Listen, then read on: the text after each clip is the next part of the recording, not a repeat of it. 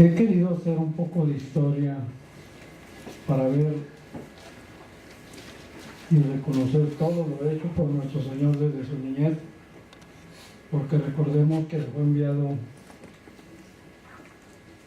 para cumplir un mandamiento, el perdonarnos. El Señor buscaba el perdón de nosotros. Dice, el envío fue hermoso, el nacimiento de Jesús en Belén, cuando tenía 40 días, fue presentado solemnemente en el templo a Simeón y Ana. Lucas 2:22.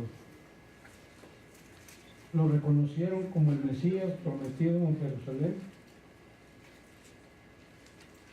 aunque la mayor parte de su vida fue en Galilea. Fue crucificado fuera del muro de Jerusalén, en el Monte de los Olivos. Nacido en Belén de Judea, llevado de niño a Nazaret en Galilea, baja.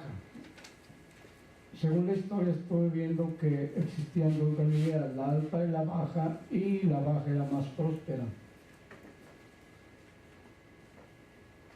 Luego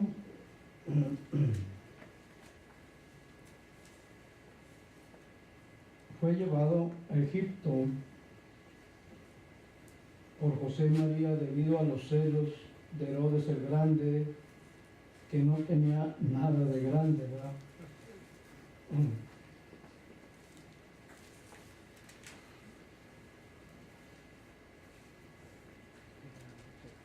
Regresaron luego a Nazaret de Galilea.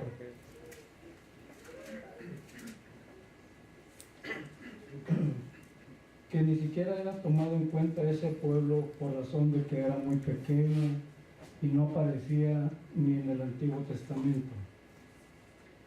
Pero contaba con un servicio militar bastante fuerte. Tuvieron que caminar 129 kilómetros de Nazaret a Jerusalén y se iban por la ruta más directa. Tenía Jesús 12 años y crecía en sabiduría y estatura, en gracia para con Dios y los hombres. Es en Lucas 2:52. Para su bautismo salió de Nazaret, pero volvió otra vez allá, Marcos 1:9, y tuvo quizás las primeras oposiciones y maquinaciones de homicidio de sus conciudadanos. Salió de nuevo de ahí y se fue a Capernaum. Mateo 4:12-13. Durante su principio del ministerio fue seguido por mucha gente en toda Palestina e hizo de la casa de María, Marta y Lázaro su base de operaciones. La profecía se cumplió cuando Isaías lo dijo hace 600 años antes, que vendría un renuevo, un Salvador, y nacería también. Y también profetizó tu muerte en Isaías 53:1, 2 y 7. Cristo, en obediencia al Padre, vino a pagar por nuestros pecados. Luego de compartir la Pascua con sus discípulos un jueves por la tarde, se retiró a orar junto con ellos y fue arrestado por unos soldados romanos. Luego de que Judas los llevó y con un beso en la mejilla los entregó. De ahí lo llevaron con Caifás, luego ante Sanedrín, ante el gobernador Pilatos, luego ante Herodes Agripa y por último de nuevo ante Pilatos, por quien fue entregado para castigo y canjeado por Barrabás. Mientras era juzgado, lo golpearon, lo humillaron, lo escupieron, lo castigaron psicológicamente, haciéndole preguntas y acusándolo de muchas cosas, hasta acabar con su espíritu limpio. Querían hacerlo caer para sentenciarlo. Podrá haber ahorita muchos castigos, mis hermanos, muchos golpes para un hombre, para una persona pero no es comparado nunca jamás con lo que le pasó al Señor. ¿Por qué? Porque nosotros pecamos, porque nosotros fallamos, pero Él no, nunca jamás falló. Y esa es la diferencia entre nosotros y el Señor, nuestro Salvador. Miren, la depravación del corazón humano está en el hecho de que nos complacemos a veces con ver sangre, la violencia y la muerte. Dicen que los coliseos romanos estaban llenos de gente, de personas que se apasionaban cuando veían derramar sangre. Tal vez alguien sabe de las peleas que hacían entre gladiadores y personas menos fuertes con el fin de saciar su mente, su corazón negro, digo yo.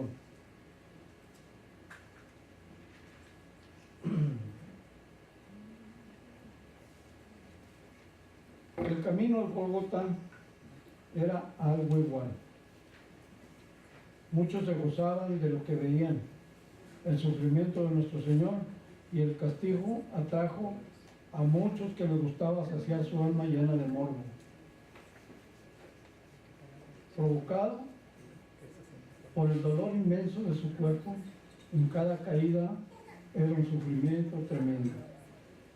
Fue entregado y lacerado por los representantes de Satanás,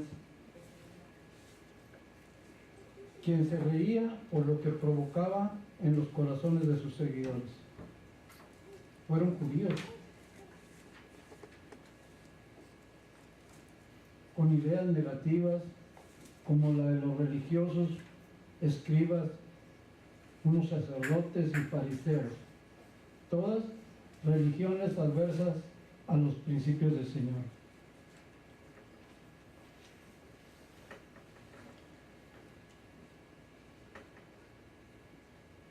Que en su orgullo humano siempre se negaron a reconocer a qué había venido, a salvar al mundo y hacerlos cambiar de sus ideas falsas. Como dijo él, no he venido a abrogar la ley, sino a que se cumpla. Pero para ellos, por un lado entra y por otro sale. Y aún existe eso en muchos corazones de personas mayores, principalmente, existe mucho de eso todavía. Como hijo de Dios, su Salvador cumplió con su cometido. En Salmo 22, 18, Él nos dice: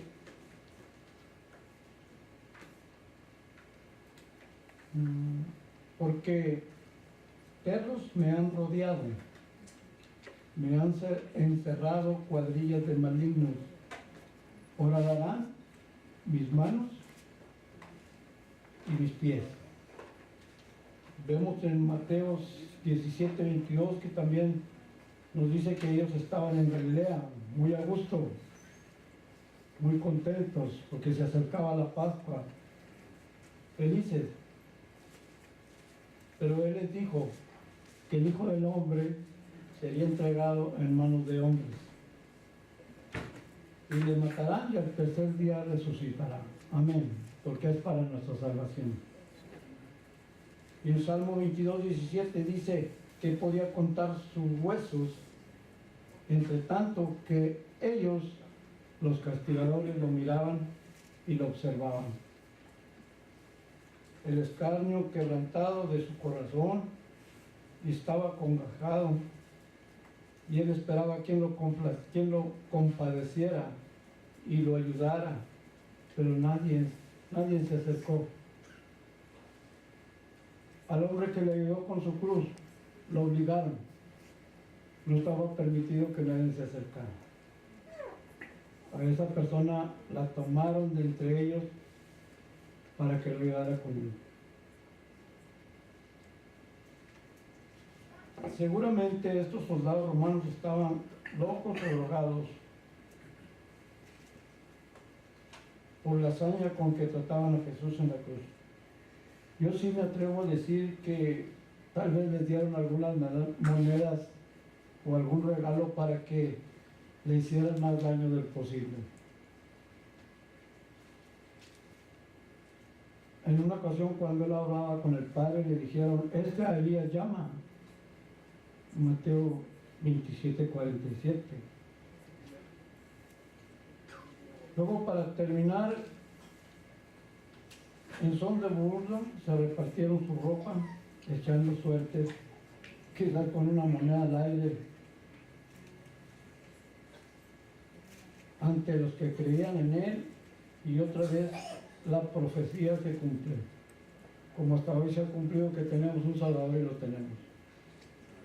Jesús mostró obediencia al Padre al recibir el castigo para pagar el pecado del hombre, y eso es amor por parte de Dios para sus ovejas perdidas. Él nos dio salvación, por su sangre fuimos limpiados de nuestro cuerpo lleno de pecado. Pero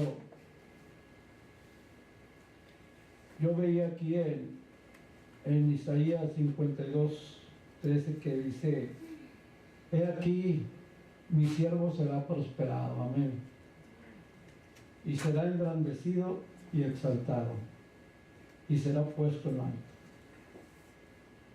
Tan duro fue el castigo para nuestro Señor por nosotros, que aún no hoy en ocasiones, y no casi siempre en el mundo entendamos, seguimos cometiendo pecado y haciendo cosas que para nada nos sirven.